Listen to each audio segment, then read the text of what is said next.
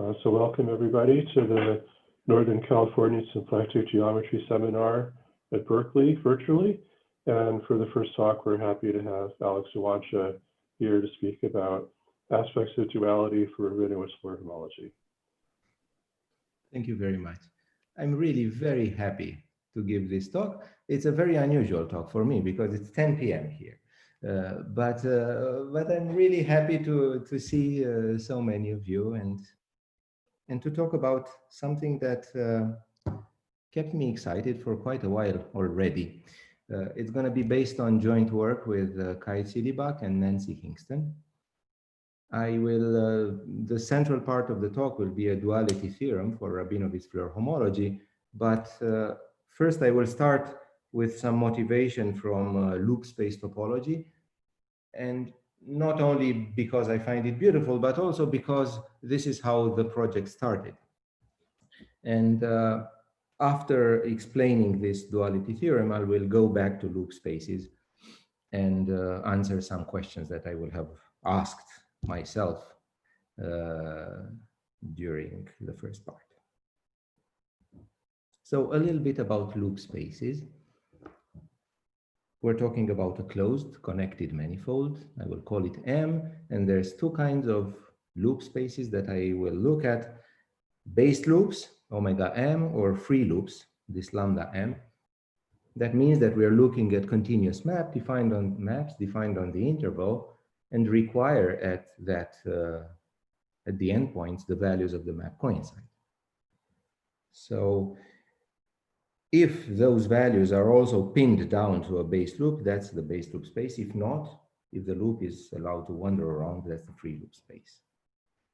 And because actually free loops and base loops have wonderful and rich topology, and for those of you who don't think about them like on a daily basis, I want to give some examples of homology classes on the sphere Sn, where we can visualize them in very geometrically. So I will give two examples of homology classes in based loops. Yeah, one of them is well known. So let's look at a base point here on the sphere. Let's fix a tangent vector, say unit tangent vector, doesn't matter, tangent vector here at the base point. And let's look at the equator that is orthogonal to the line determined by the tangent vector. Yeah. So now every point on the equator determines, together with that tangent vector, a two-plane that will cut the sphere along a loop. And in this way, we see appearing an n-1 family of base loops, right? It's these that I have drawn here and that are parameterized by the equator of the sphere. So that's a non-trivial class and it's the first non-trivial class in the homology of the base loops of the sphere. Let me call it X. Yeah. And here's another one. This class was determined by the choice of such a unit tangent vector at the base point. And if I let this tangent vector vary in the tangent space at the base point, I get another n-1 parameter family because it varies along the n-1 unit sphere in the tangent space.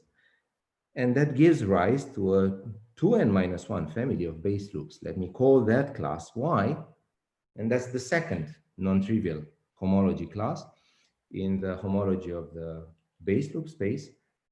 It turns out, and it's known for a very long time, and it has played a very important role in algebraic topology, that the homology of base loops is a ring with respect to the Pontryagin product. And this Pontryagin product is the product induced on homology by concatenation of loops at the base point. So for spheres, it so turns out that we have, with respect to this product, the homology is a polynomial ring, and this class Y is actually the square of X2. It's a funny exercise to realize explicitly the homology between X squared and Y. So that's for the intuition. I will now present a parallel that's well known in symplectic topology, and the parallel is with string topology. So string topology is usually is a term that generically designates, following, it was coined by Chess and Sullivan, and it designates the study of algebraic operations on loop spaces or path spaces. Yeah. So I want to give some examples, starting with the Pontryagin product. Yeah. That happens on the base loops, and as I said, it was induced by concatenation, right? The geometric operation is concatenation of loops at the base point. It's a degree zero operation, and it has an interpretation in symplectic topology as being what's called the wrapped Floer homology of the cotangent fiber inside the cotangent bundle. So for that matter, the Pontryagin product appears on the symplectic side as a half pair of pence product in Lagrangian Floer homology. And I will sometimes draw it in this way. There's two inputs upstairs and one output downstairs.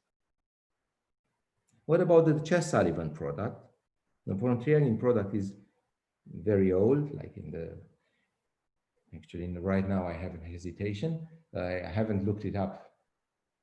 I hesitate between maybe 50s, I don't know, but maybe much earlier, I don't know. But anyway, Chess-Sullivan product happens in 1999, so much later. And it's a product structure on the space of free loops where the geometric operation is concatenation over the evaluation at the base point. So what does that mean? I have two cycles consisting of free loops. I cannot concatenate loops when they are at a distance, but I can concatenate them whenever their starting points are the same. Yeah. So we concatenate over the evaluation map at the starting point of each loop. And because this incidence condition has dimension n, we get a degree minus n operation. In symplectic topology, this is incarnated as the pair of pence product on the symplectic homology of the cotangent bundle. And for that matter, this Chess-Sullivan product I will denote by this pair of pence with two inputs and one output. There's this little sign that I will not explain here, this eta, which stands for some local system that we need to throw into the picture whenever the base manifold is non-orientable or non-spin. And finally, one last algebraic operation is the so-called Goreski-Hingstone product on cohomology. So this one happens on the cohomology of free loops relative to the constant ones. So it's in a sense opposite. It's the reverse operation to concatenation. I will describe it geometrically as a coproduct on homology. Once you have a loop or a cycle of loops, you can look for all instances where one of these loops intersects itself again at the starting point. So whenever that happens, you split it apart in two loops. Dually in cohomology, one gets a product, and it happens relative to the constant loops because any loop has a tautological self-intersection at 0 or 1, at its starting point or at its end point.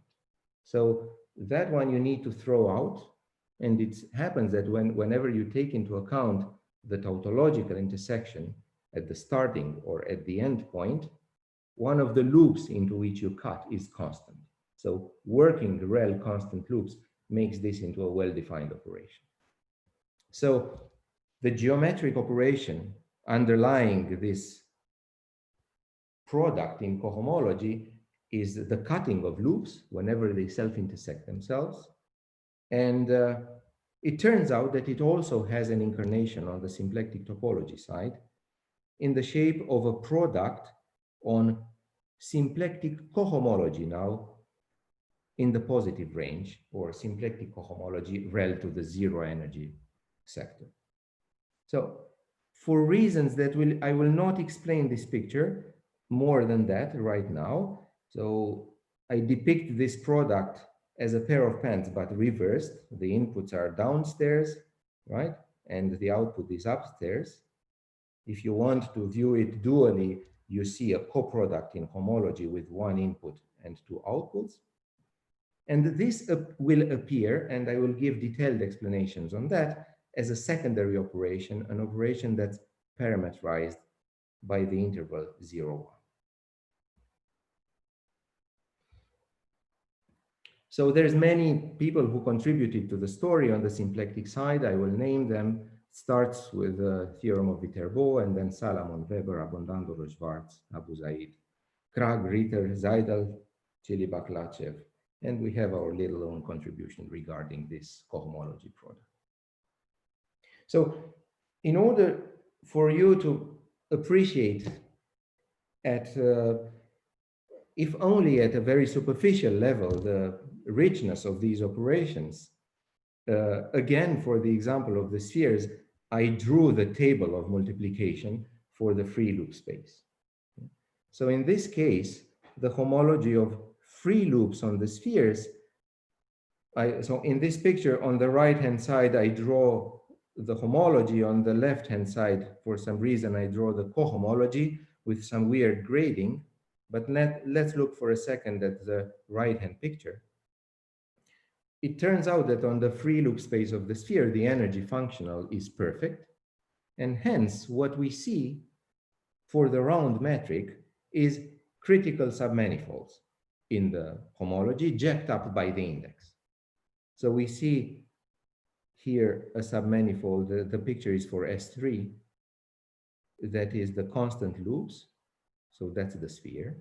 Then we see a copy of the unit tangent bundle of the sphere, which corresponds to the fact that whenever I want to draw a geodesic that goes around once, a simple geodesic, I need to specify a starting point and the unit tangent vector at that point.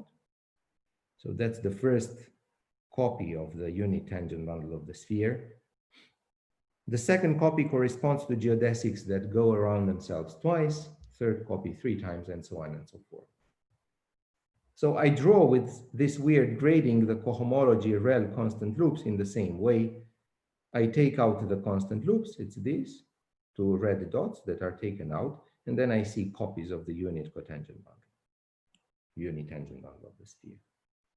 So inside here, there's many interesting classes.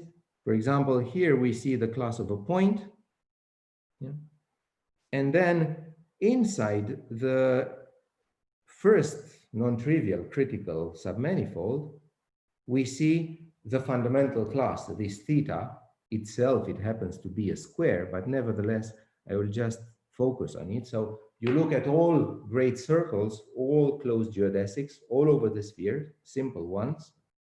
Then these will define a cycle in free loops by just following the unstable manifold of the energy functional. And this cycle, this theta, has a fantastic property, namely that when you multiply by theta the cycle corresponding to the first simple closed geodesics, you jump isomorphically to the other levels. So when theta acts like a kind of elevator, yeah, and brings you from one critical level to the other, to the other, to the other. So for those of you who are familiar with the so-called Seidel homomorphism, it's a kind of Seidel homomorphism, but in the context of symplectic homology. Now, the interesting part, and this is going to be one fact that I want to explain by the story today, is that exactly this picture that you see on the homology side, and that is very geometric, you see this cycle, when you multiply, you concatenate in all possible ways, and you go from geodesics covered once to twice and 3 times. Exactly the same picture happens on the cohomology side. But there, it is far from being obvious, because the operation that we described is not at all, I mean, first of all, it's the dual of some coproduct, and the coproduct itself is a secondary operation because it appears from a problem that's parameterized naturally by the interval 0, 1. So how come that this symmetry of behavior happens also in cohomology? So this is I will name now two symmetries. First of all, there's this symmetry of behavior between homology and cohomology. But there's also other symmetries which pertain to the Morse theory of the energy function. I prefer, learning from Nancy, to use the square root of the energy because it has the unit measure of a length rather than square of a length. And this square root of the energy satisfies the following inequalities. The Chess-Sullivan product, so this product on free loops, is compatible with taking minimax levels. To any homology class, we can associate a critical level by the standard minimax procedure. We look at the lowest level of the energy where that class can be realized. And this minimax value satisfies this inequality with respect to the Chess-Sullivan product. Intuitively, whenever we have two cycles, if both of them are hooked up, we have pushed them down as far as possible, and they get hooked on some critical points, and we can't push them down anymore, maybe when we concatenate some of the loops that constitute those cycles, we can push even further down. That's the intuition.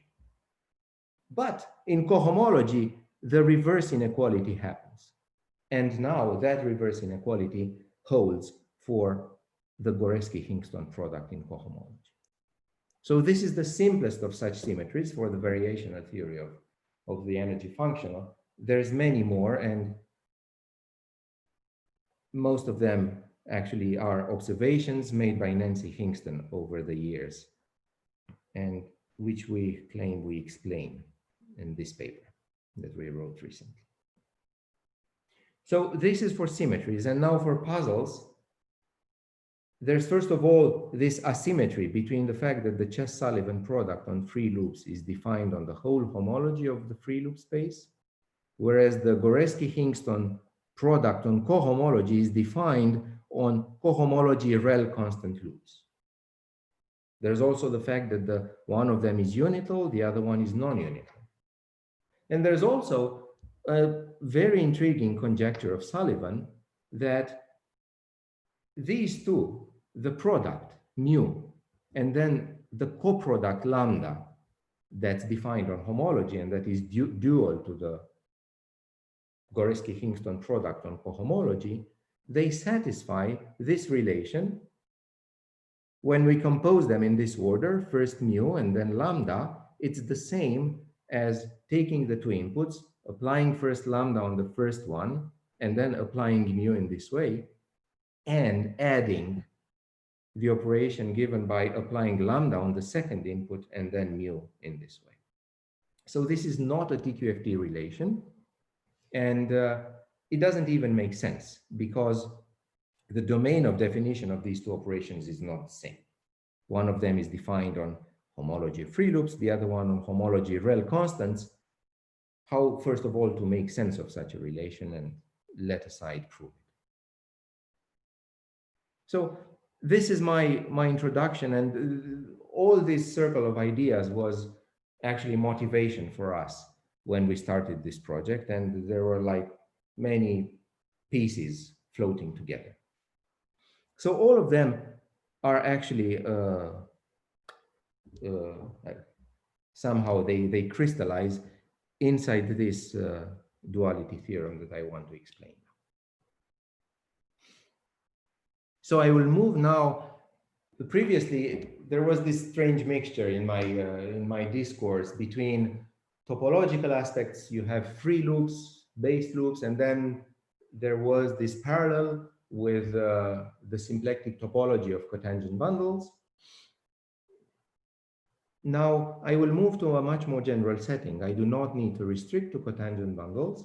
I will consider Rabinowitz-Floer homology of general Liouville domains. So let me mention, first of all, that Rabinowitz-Floer homology was defined using some action functional with Lagrange multipliers by Kai and Urs Frauenfelder. And shortly after, together, we gave a different definition, or rather reinterpretation, in a language that's much closer to symplectic homology. And it's that definition that I will use. Now. Then, sorry, I switched pages without wanting to. All right. So Liouville domain. I look at the Liouville domain.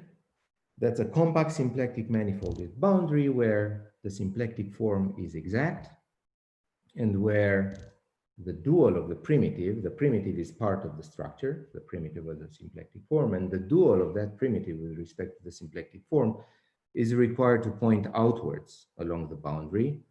So if you never saw such, just think of the unit disk bundle, yeah, with respect to a Riemannian metric on the base manifold being closed.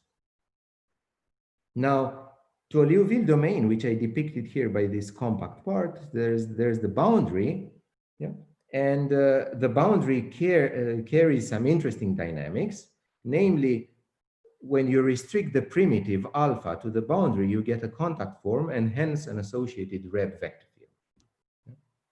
So think of Hamiltonian flow of some Hamiltonian that admits the boundary as a regular energy level. So we turn this compact manifold into a non-compact one by adjoining a semi-infinite cone over the boundary. This is the same as the process which, out of the unit codisk bundle, builds the full cotangent bundle. And now we define some homology group. So I will consider here some special shape of Hamiltonians, and all my Hamiltonians are going to be drawn like some kind of linear functions here, and they are linear with respect to this radial coordinate. So this Liouville vector field that points towards the boundary gives rise to an identification of a big neighborhood of the boundary with 0, 1 times the boundary, and then we adjoin the semi-infinite cone, and we end up with 0 infinity times the boundary, and whatever is left inside the crumbed inside the domain is the so-called skeleton. So all my Hamiltonians are going to be constant near this skeleton, but other than that, they will be of some linear shapes with respect to this radial coordinate. And the point is that you just compute and you see that the one periodic orbits on some level R for such a Hamiltonian that depends only on the R coordinate are in one-to-one bijective correspondence with closed Reb orbits on the boundary of period H prime of R. So again, my Hamiltonians, the way I will draw them are not really smooth. You have to think of small smoothings. For example, for the one that's drawn here, if we assume that the slopes in the linear parts are not equal to periods of some closed Reb orbits, then we will see one periodic orbits corresponding to closed Reb orbits only in the areas where the slope varies. So here it varies from some negative value to some positive value, and here it varies from 0 to some negative value. That's the meaning of these yellow and little green circles. They are supposed to indicate where the one periodic orbits are. So here's now for the definition. You look at it, and it's an algebraic. The definition is cooked up algebraically of this Rabinowitz-Floer homology group, so that you throw away the yellow part and you count Floer homologically only orbits, generators that live in the green part. Only the ones that live near the boundary. That's the meaning of this whole definition. In practice, it does the following. We look at Floer homology truncated in some action window, finite, AB. We fix A and B. We let the slopes of this Hamiltonian go to infinity. So we approximate by something that's very steep, like that. And what happens is that the generators that correspond to this yellow ellipse here acquire very negative action and hence fall outside the action window. So whenever we fix this action window, A and B, and we let the slope of the Hamiltonian go high enough, the generators here fall outside the action window. So we only count the green ones, but of course we count the green ones only between roughly actions A and B. And if we want to count all of them, we need to let A go to minus infinity and B go to infinity. And we do it in this order for a reason that I'm going to explain on the next slide. And cohomology is defined in a similar manner. I will not go in detail over the definition.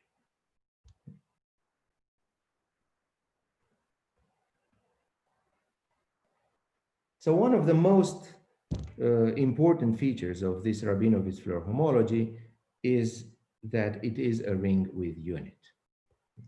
So it actually has lots of features in common with symplectic homology of Liouville domains. So here's how the product structure is defined. We look, unsurprisingly, at pairs of pens, two inputs, one output here. We put some Hamiltonian H, so some Floer equation on the Riemann surface, genus 0, 3 punctures, 2 positive, 1 negative. We put a Floer equation, and for reasons related to the maximum principle, we actually, if we put Hamiltonian H on the top, we need to put 2H on the bottom. But here's how the product structure behaves with respect to action filtrations, right? If I take homology group in action AB and homology group in action AB, simply by the way the action, the fact that the action decreases along such pairs of pens, we land inside homology in action A plus B to B. Yeah. So of course, when we let H go infinity, H and 2H are roughly the same. So this does not matter. But now it matters that I first, for the definition of homology, I first let A go to minus infinity and then B go to infinity. Yeah. So I will, in the definition, I first let the Hamiltonian go up. This discarded the yellow orbits. And then there was a little trick. I let the actions go to minus infinity and infinity, but in this order, first A to minus infinity and then B to infinity. You see that the product structure would not be well behaved if you first let B go to infinity. Like the action window here for A fixed would just escape to plus infinity and nothing meaningful would arise. So this homology is a ring with unit. That's cool, that's important. And now I can state the theorem. So this duality theorem with Kai Silibak and Nancy Hingstone is the following. The cohomology, I will first start with that, the cohomology also carries a unital ring structure, and it has a product of degree n-1. In contrast, the ring structure on Rabinowitz-Floer homology has degree n, minus n. And second, there is a canonical isomorphism of unital rings between homology and cohomology, with the degrees being shifted in this way. So the reason why this will have something to do with the story that I told in the beginning is that Rabinowitz-Floer homology is going to be naturally related to the Chas-Sullivan ring, whereas Rabinowitz-Floer cohomology and its product structure are going to be naturally related to the Goreski-Hingstone ring. But the way in which they will be related is not so obvious and maybe will be a little bit surprising. So now I will give you a first proof. I will give you a proof of the isomorphism of groups to begin with, without talking about product structures. So let's prove it. The proof of the theorem, the isomorphism of rings between Rabinowitz-Floer homology and Rabinowitz-Floer cohomology, is contained in this page. First of all, it's not so convenient to work with homology and cohomology, so I will use the tautological version of Poincaré duality in Floer homology, which says that Floer homology of a Hamiltonian H, upon turning the Hamiltonian H into minus H, coincides with cohomology. So before I was using such shapes for cohomology, and I want a statement involving cohomology of this, that's the same as wanting a statement involving homology of this Hamiltonian. So when I say this, so this is the tautological form of Poincaré duality, I would like to insist on the fact that the previous duality theorem that I stated is a little bit more. So it's not just that, it is not just tautological Poincaré duality, and you can see it even in the fact that there is a shift in grading. Anyway, this is the preparatory step, which turns cohomology into homology. And now here's the deformation argument. Yeah. We, again, focus for a second on the green circle. We want to prove that this homology group corresponding to a Hamiltonian that bends like this, like V-shaped, yeah, is the same as a homology group up to a shift for a Hamiltonian that bends like this, hat-shaped. Yeah?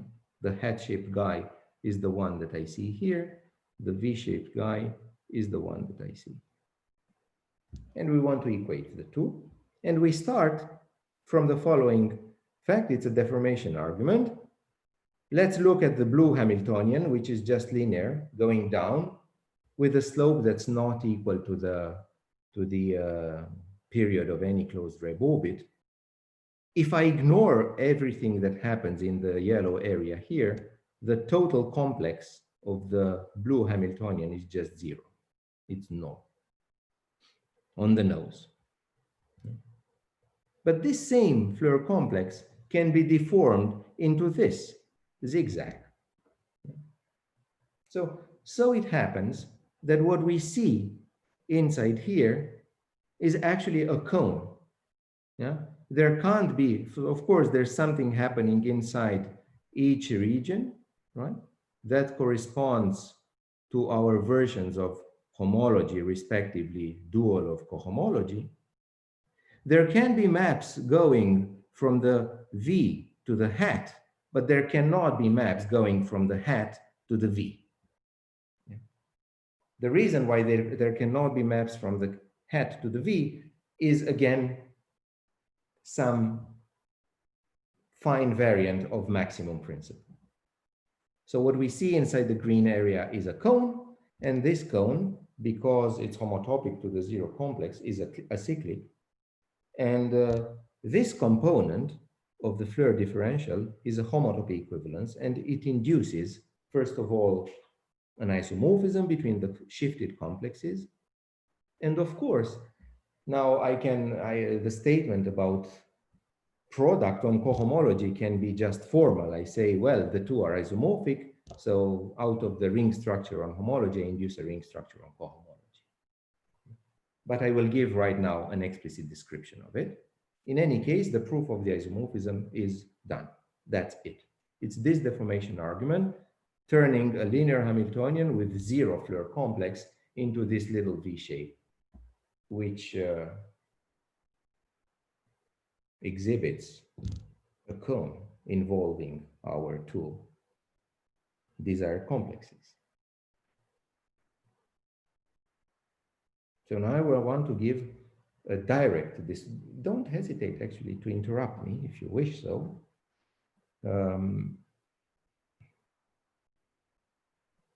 So after giving this proof, I want to now give a description of the product, direct description of the product on Rabinowitz-Floer cohomology.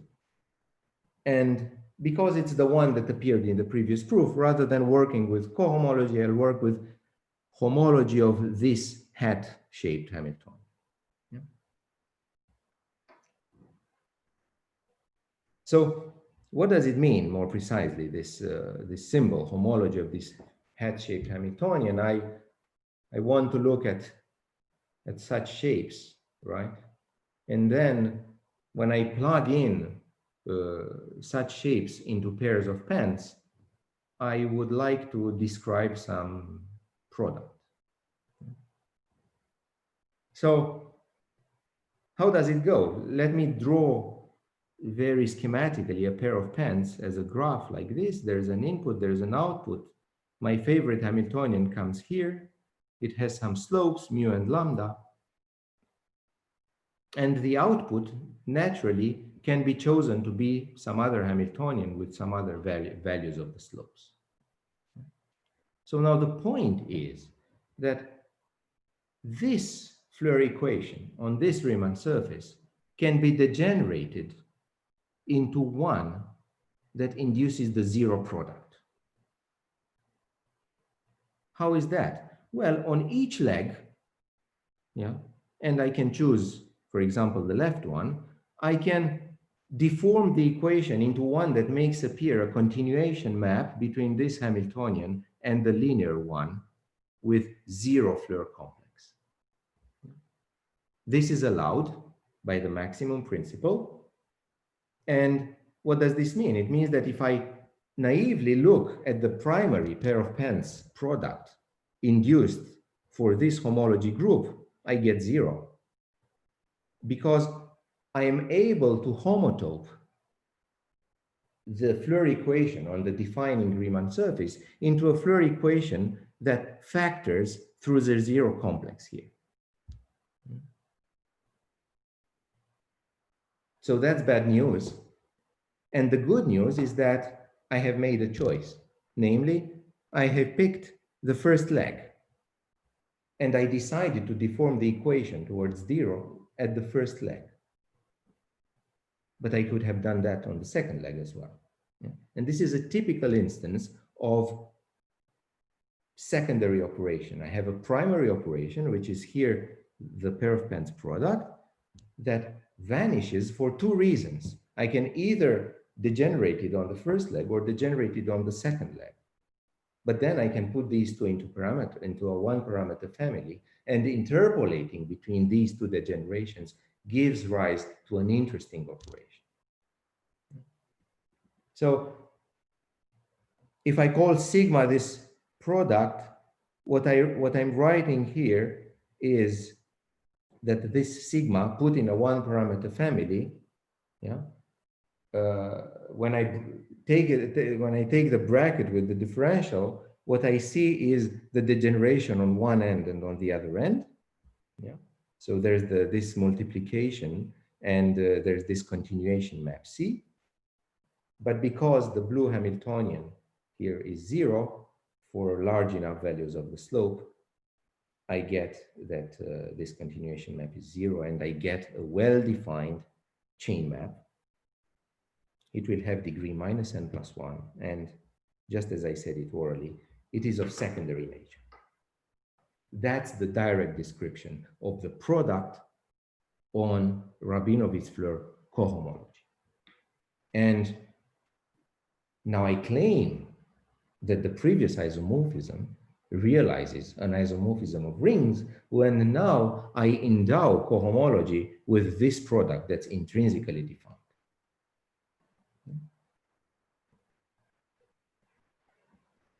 So that goes through a little bit of an unexpected detour. Yeah? And I certainly want to say a word about it. So even in the first proof, there was this idea of a cone, right? There was a cone between the V-shaped and the hat-shaped, and it was a cyclic. And it was not only a cyclic, it was actually homotopy equivalent to the zero chain complex. And that meant that the connecting map in the cone was a homotopy equivalence. Yeah. And that connecting map played some role, but in the previous discussion of the description of the product, there was another map that played a key role, and this was this continuation map, C. So actually, we can describe in an alternative way the Rabinowitz-Floer complex as a cone. So at an additive level, this description is due to Sara Venkatesh, and it goes as follows. We look again at our favorite V-shaped Hamiltonian, and we see a subcomplex, and the one that's of interest to us is the quotient complex here, is the V. Right? So it so happens that in any such situation, the Floer complex that we see here of a quotient is the cone of the inclusion. But the inclusion is homotopic to the continuation map from negative slope to positive slope. And so that means that Rabinowitz-Floer homology can also be described as the cone of that continuation map. This is what I wrote here. Yeah, that's the geometric, my way of viewing Sarah's definitions. And so the little bit of new perspective that we bring into the picture is that in such situations, there is a systematic way of endowing cones of continuation maps in the Floer setting with multiplicative structures, so that this isomorphism between the previous definition of Rabinowitz-Floer homology and the one with the cones becomes multiplicative.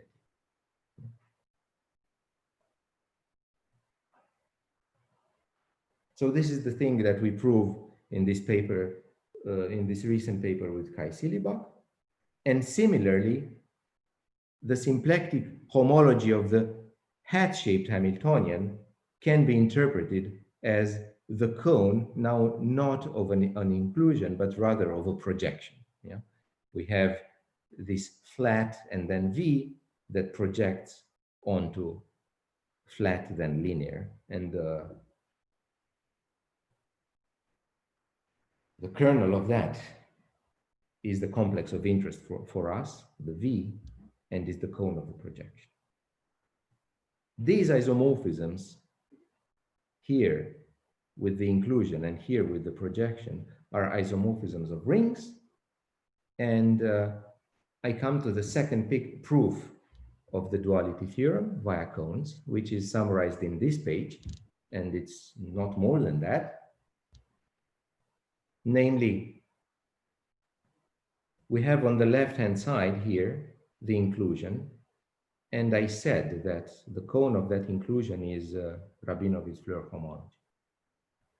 On the right-hand side, I have the cone of the projection, yeah, between the total complex and this quotient complex here.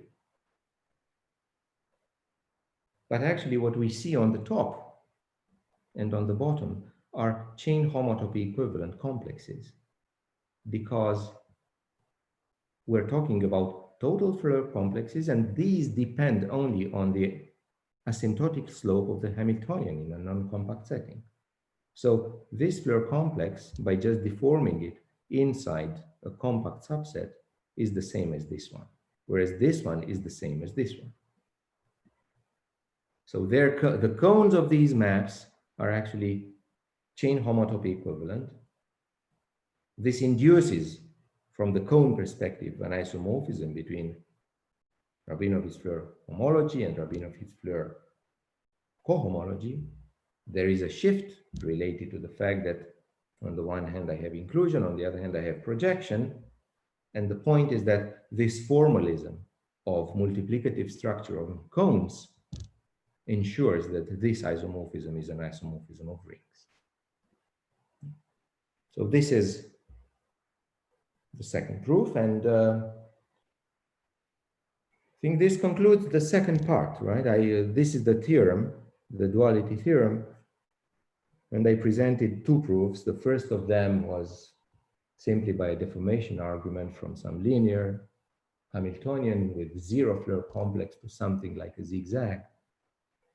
And then a second proof via cones, and announced this fact on which I will not give many details, but the paper is there, on the fact that cones of continuation maps in Floer theory can be systematically endowed with multiplicative structure. So now I will go back to my symmetries and puzzles in the context of loop spaces. So I specialize again to the unit cotangent bundle, the unit codisk bundle, the unit disk bundle inside the cotangent bundle. That's my favorite Liouville domain now in the third part of my talk. So this is a Liouville domain. It carries in local coordinates Q on the base, P in the fiber. It carries this canonical Liouville form PDQ that we know very well. And I want to redraw the Hamiltonians that I used a little bit before, but simply because I need a little bit more space, rather than drawing them sharp here like a V and like a hat, I will bend them a little bit. Yeah. So I want to explain what kind of geometric object we see in this particular case on Rabinowitz-Floer homology. So this will give some intuition on Rabinowitz-Floer homology itself, but it will also pave the way towards explaining our solution to the puzzles and symmetries described in the beginning. So let's look at the top Hamiltonian, the one that looks like a U now. There's several areas of interest. There's an area where the slopes are negative. There's an area where it becomes completely flat, and that happens at the boundary of the unit ball bundle. That's the unit sphere bundle. And then there's the area where the slopes are positive. So in the red area where the slope is zero, what we see is simply the Morse theory of the unit cosphere bundle. And with my conventions of grading, we see the cohomology of the unit cosphere bundle, which I depicted here in the form of the Serre spectral sequence with just two rows and then a connecting map that's given by multiplication with the Euler class. Now, the area where the slope is positive is exactly what we're used to as well from symplectic homology. And what we see here is the homology of the free loop space relative to the constants. So intuitively, the reason why you see the homology of free loop space in this context is the following.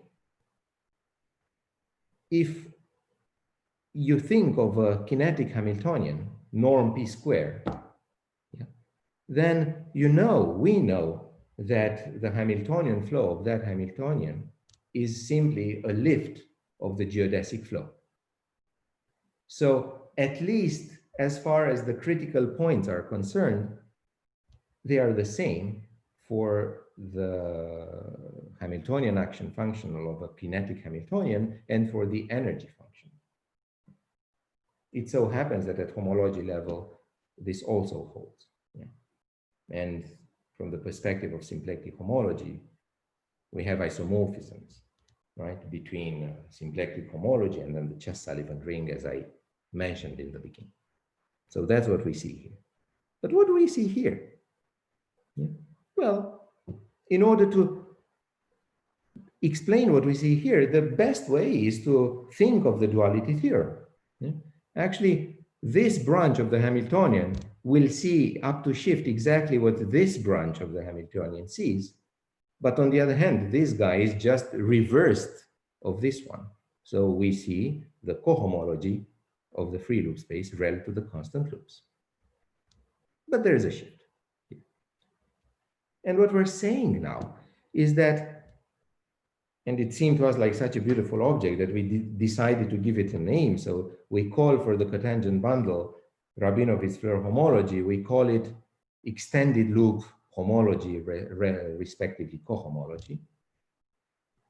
Our previous duality theorem is now rephrased with new notation as isomorphism between this extended loop homology and cohomology groups. And for example, the extended loop homology, i.e. Rabinowitz-Floer homology, combines into a single structure the Chess-Sullivan product, the Goreski-Hingstone product, and the product on the unit cotangent bundle. Actually, this duality theorem I would like to interpret not as tautological Poincare duality in Floer homology, but rather as an extension to loop spaces of standard Poincare duality on the unit cosphere bundle. If we write the content of this duality theorem for the unit cosphere bundle, we see exactly Poincare duality there. And you see that this shift in one comes exactly to compensate for the fact that the unit cosphere bundle has odd dimension. The indices work out just right. So how do we solve the puzzles? The puzzles that I mentioned were this asymmetry, first of all, between homology of free loops with Chess-Sullivan product and the fact that Goreski-Hingstone product was defined only rel constant loops, and also this Sullivan relation, which we didn't really know before how to make sense of. But the theorem is that this extended loop homology is not just carries a product, but actually also carries a coproduct. Now, it's not surprising because you can think of it as being the one that's dual to the product in cohomology. And these two together on extended loop homology do satisfy derivation compatibility, i.e. Sullivan's relation. So we call it Sullivan's relation because Sullivan, sometime 2005, 2006, advertised it, but it actually appeared much earlier under the name of this infinitesimal bialgebra structure in work of Aguilar, and even further going back to Joni and Rota. It's funny because it's a structure that appeared in combinatorics first. So our answer to Sullivan's relation is that it holds on extended loop homology. Our answer to the asymmetry between Chess-Sullivan product and Goreski-Hingstone product is that both of them naturally extend into objects which are extended loop homology on one side and extended loop cohomology on the other side, and those are dual. What I want to retain from Goreski-Hingstone is that it is a secondary operation, and that's exactly the kind of operation that extended loop cohomology carries. Now, I'm almost towards the end of my, I just want to show a picture. This is the picture of the Sullivan relation. It's I do not want to explain it in detail. I just want to say that these operations are not just defined, as is customary in Floer theory. They are not just defined using certain moduli spaces of curves. There are moduli spaces of curves with equations. So they together form the building blocks of our theory.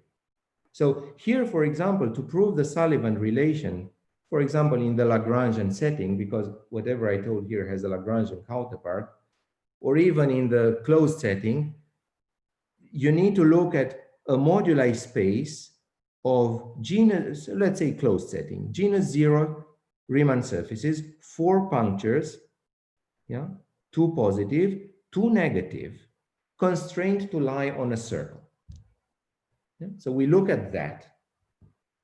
And the moduli space of curves is the one that I drew here. I mean, it's very poor. Really, it's very poor. It's just an interval. It's just when you have a moduli space of disks with 4 marked points on the boundary. Yeah, it's just an interval.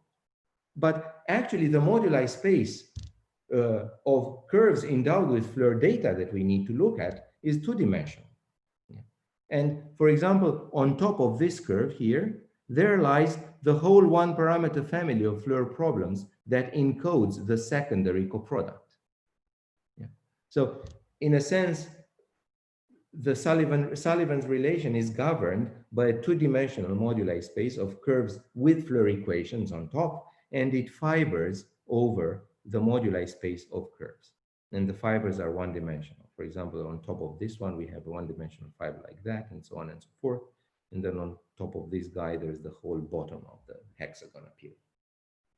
So maybe this is the one thing that I want to say about the proof, that it's not just about curves, but curves with Floer equations on top of it. So now I have 3 more minutes, and about the symmetries.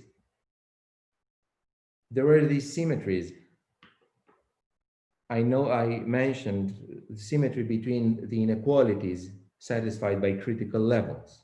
Yeah? The point is that any statement, or rather all the statements that we want to consider on homology and in cohomology, admit generalizations to statements that hold in extended loop homology or extended loop cohomology.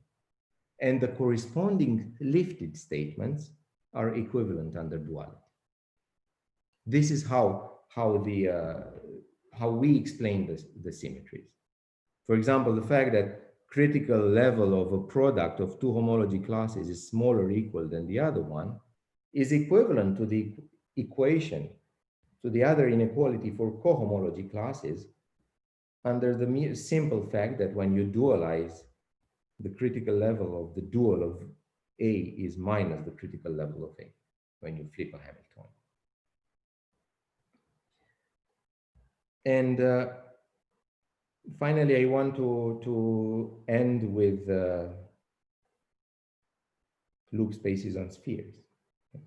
So I started with that example, and I said, look, there's beautiful structure, and then there was that generator that allowed us to go from one level to the other in the homology of the free loops on spheres, and then there was some other class that allowed us to go from one level to the other in the cohomology.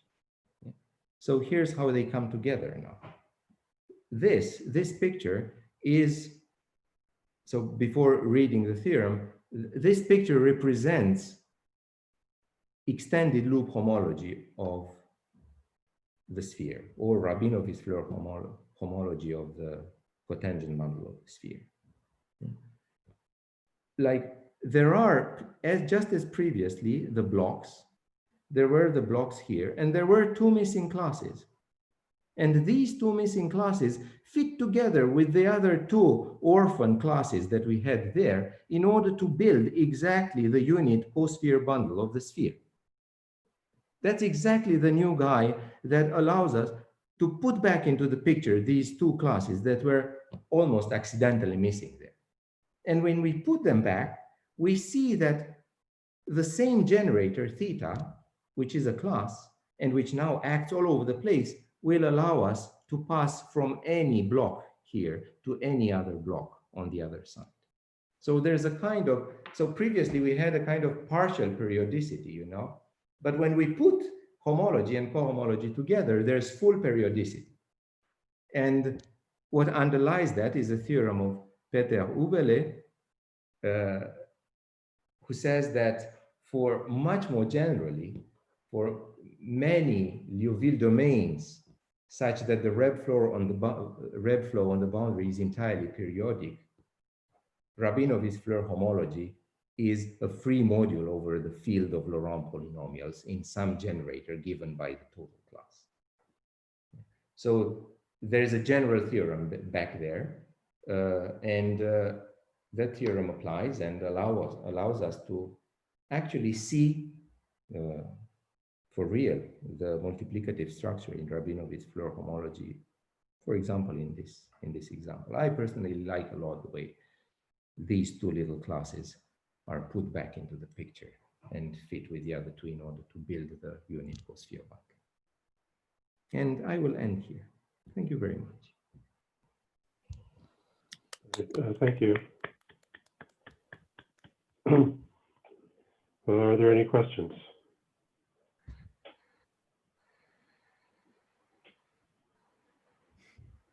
Well, I have a question. So near the end, you said very briefly that everything has a Lagrangian counterpart. Could you clarify what you meant by that? Yes. I mean that when you have, let me change, right? When you have your favorite Liouville domain, and then when you have, let's say you complete it, right? And then you pick, maybe another color is better. You pick here a Lagrangian, right? Which is cylindrical over the boundary, you complete it as well, right? And just like Rabinowitz-Floer homology is defined for such a Lagrangian using exactly the same kind of Hamiltonians that are used to define symplectic homology, you can define Lagrangian version of Rabinowitz-Floer homology precisely by using the same kind of Hamiltonian. It goes like this, and like that. Right?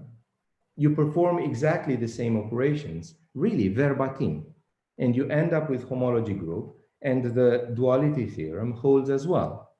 Actually, most of the arguments that I gave today do hold in that setting. The only thing that does not hold is commutativity, you know, of the parent-Pence product, or co-commutativity of the coproduct. So even the cone picture holds, and even the fact that you can recover multiplicative structure using cones. Very cool. Other questions?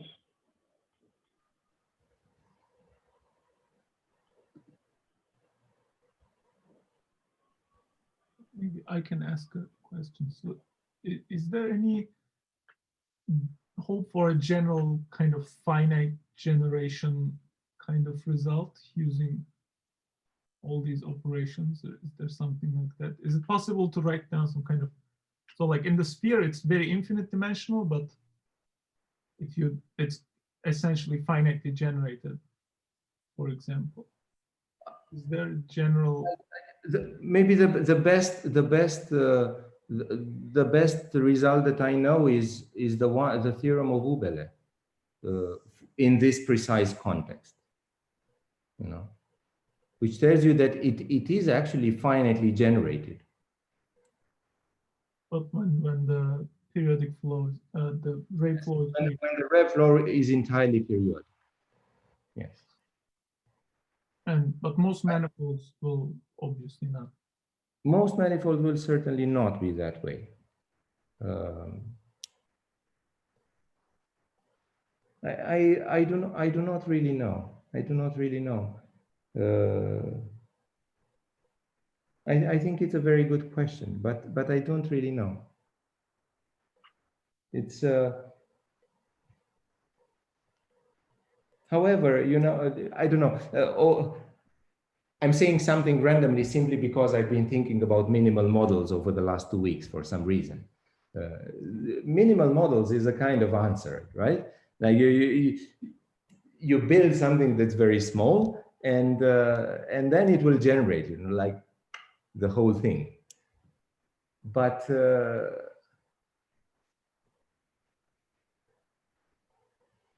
I don't know whether such a procedure is available in such a context. I do not really. I think it's good, but it's good question. But I do not know more than or better than Hubel's theorem. You could think that finite generation for Foucault category is some kind of answer. You could take that as an answer. But that's supposed to be very general. I mean, I don't know what kind of finite generation you wish, but that's certainly all some kind of answer. okay, thank you. Right.